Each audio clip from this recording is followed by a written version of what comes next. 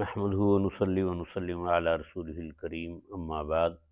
اعوذ باللہ من الشیطان الرجیم بسم اللہ الرحمن الرحیم وَإِذْ آتَيْنَا مُوسَى الْكِتَابَ وَالْفُرْقَانَ لَعَلَّكُمْ تَهْتَدُونَ وَإِذْ قَالَ مُوسَى لِقَوْمِهِ يَا قَوْمِ إِنَّكُمْ ظَلَمْتُمْ أَنفُسَكُمْ بِاتِّخَاذِكُمُ الْعِجْلَ فَتُوبُوا إِلَىٰ بَارِئِكُمْ فَاقْتُلُوا أَنفُسَكُمْ ذالکم خیر لکم عند بارئکم فتاب علیکم انہ هو التواب الرحیم۔ صدق اللہ مولانا العظیم وصدق رسولہ النبی الکریم الامین ونحن علی ذلک لمن الشاہدین والشاکرین والحمد للہ رب العالمین۔ پھر نہایت ہی محترم مکرم معزز دوستو، السلام علیکم ورحمۃ اللہ وبرکاتہ۔ سورہ بقرہ کی آیت نمبر 53 اور 54 میں نے آپ کے سامنے پڑھی ہیں۔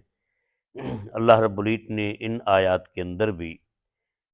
سیدنا موسیٰ علیہ السلام کی قوم بنی اسرائیل پر کیے ہوئے اپنے احسانات کا ذکر فرمایا ہے۔ اللہ تعالیٰ فرماتے ہیں وہ وقت یاد کرو، وَإِذْ آتَيْنَا مُوسَى الْكِتَابَ وَالْفُرْقَانَ، جب دی ہم نے موسیٰ علیہ السلام کو کتاب اور حق اور باطل کے درمیان فرق کرنے والی، لعلکم تہتدون، تاکہ تم ہدایت پاؤ۔ وَإِذْ قَالَ مُوسَىٰ لِقَوْمِهِ، اور جب فرمایا موسیٰ علیہ السلام نے اپنی قوم سے، یا قومی، اے میری قوم، انکم ظلمتم انفسکم، بے شک ظلم کیا تم نے اپنے آپ پر، باتخاذکم العجل، بچھڑے کو معبود بنا لینے سے، فتوبوا الی بارئکم، پھر توبہ کرو اپنے رب کی طرف، پس توبہ کرو اپنے رب کی طرف، فاقتلوا انفسکم، قتل کرو اپنی جانوں کو، ذالکم خیر لکم، یہ تمہارے لیے بہتر ہے، عند بارئکم، تمہارے رب کے ہاں، فتاب علیکم، اس نے توبہ قبول کی تمہاری، انہ هو التواب الرحیم، بے شک وہ توبہ قبول کرنے والا مہربان ہے۔ اللہ رب العزت نے فرمایا کہ وہ وقت یاد کرو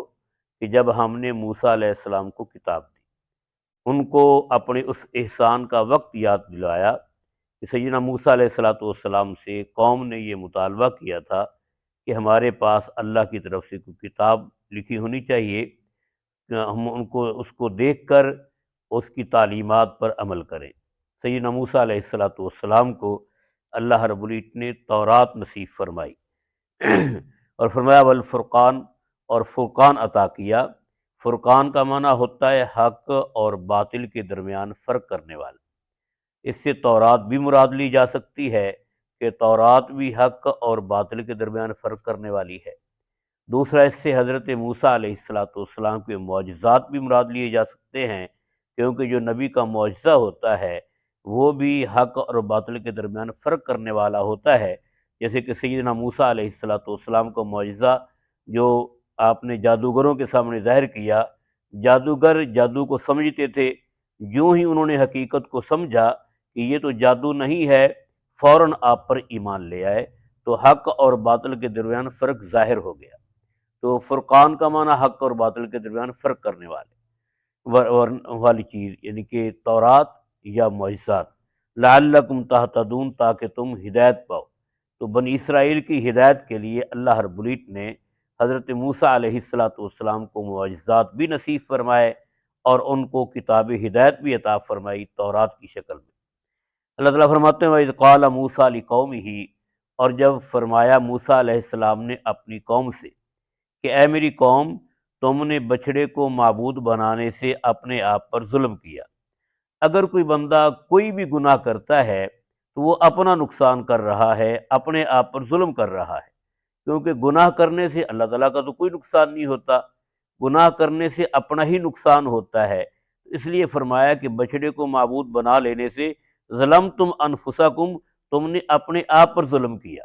تو یہ ان کا اپنے آپ پر ظلم تھا۔ فرمایا فتوبوا الی بارئکم، اب تم گناہ کر بیٹھے تو اللہ کی طرف رجوع کرو، اللہ کی طرف توبہ کرو۔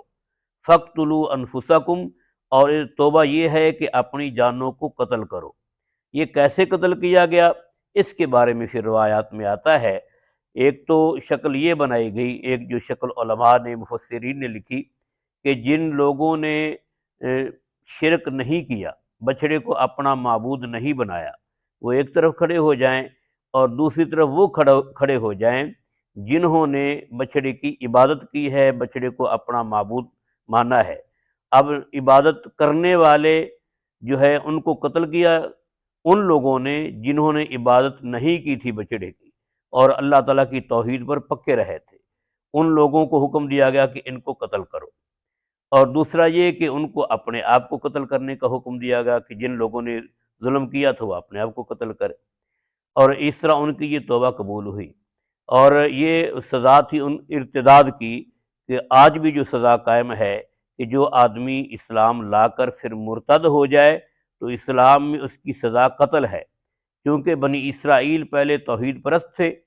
پھر انہوں نے شرک کو اختیار کر لیا، تو شرک کی وجہ سے ان کی یہ سزا تجویز کی گئی کہ اب ان کو قتل کیا جائے گا کہ انہوں نے پہلے دین کو قبول کیا، پھر دین سے مرتد ہو گئے، حضرت موسیٰ علیہ السلام کے لائے ہوئے دین پر پہلے عمل کیا، پھر شرک پر آ گئے، تو سزا میں ان کو پھر یہ حکم دیا گیا کہ ان کو قتل کیا جائے۔ تو اس موقع پر تقریباً 70,000 بنی اسرائیل یا یہودی قتل کیے گئے شرک کی وجہ سے۔ اللہ رب العزت نے فرمایا ذالکم خیر لکم، یہ تمہارے لیے بہتر ہے، یعنی کہ قتل کرنا تمہارے لیے بہتر ہے عند بارئکم، تمہارے رب کے ہاں، کہ جب تم قتل کرو گے جو قتل ہو جائیں گے اللہ تعالیٰ ان کو بھی معاف کر دے گا، اور جو قتل کریں گے تو انہوں نے تو پھر ان کو بطور سزا ہی قتل کرنا ہے، تو اس لیے فرمایا کہ جب توبہ قبول ہوگی تمہاری تو تمہارے لیے بہتر ہوگا کہ دنیا میں تو سزا مل گئی لیکن آخرت کی سزا سے تم بچ جاؤ گے۔ فتاب علیکم، تو اللہ رب العزت نے تمہاری توبہ قبول فرمائی، اور اللہ رب العزت نے اتنا بڑا گناہ معاف کر دیا جو ناقابل معافی تھا کہ ارتداد یا شرک اللہ کے ساتھ جو ہے بچڑے کو ملا دیا اور اس کی پوجا اور عبادت کرنا شروع کر دی، کتنا بڑا گناہ تھا، لیکن اللہ رب العزت نے کرم فرمایا اور ان کا یہ گناہ معاف کر دیا۔ انہ هو التواب الرحیم، بے شک وہ تو ہے ہی توبہ قبول کرنے والا اور مہربان، اللہ تعالیٰ اپنے بندوں پر بہت مہربان ہے۔ ہاں کوئی اللہ رب العزت کی ذات کی طرف رجوع کرنے والا تو ہو۔ اللہ تعالیٰ ہمیں اپنی بارگاہ میں توبہ کرنے کی توفیق نصیب فرمائے، ہمارے پچھلے گناہوں کو معاف کرے، اور آئندہ اللہ تعالیٰ ہمیں گناہوں سے بچنے کی توفیق عطا کرے۔ ان آیات کے اندر اللہ رب العزت نے بنی اسرائیل کا تذکرہ کیا ہے، آگے بھی ان کا ہی ذکر ہے۔ اللہ رب العزت ہمیں بنی اسرائیل کی طرح نہیں بلکہ صحابہ کی طرح نبی کریم صلی اللہ علیہ وسلم کی اطاعت نصیب فرمائے، آمین۔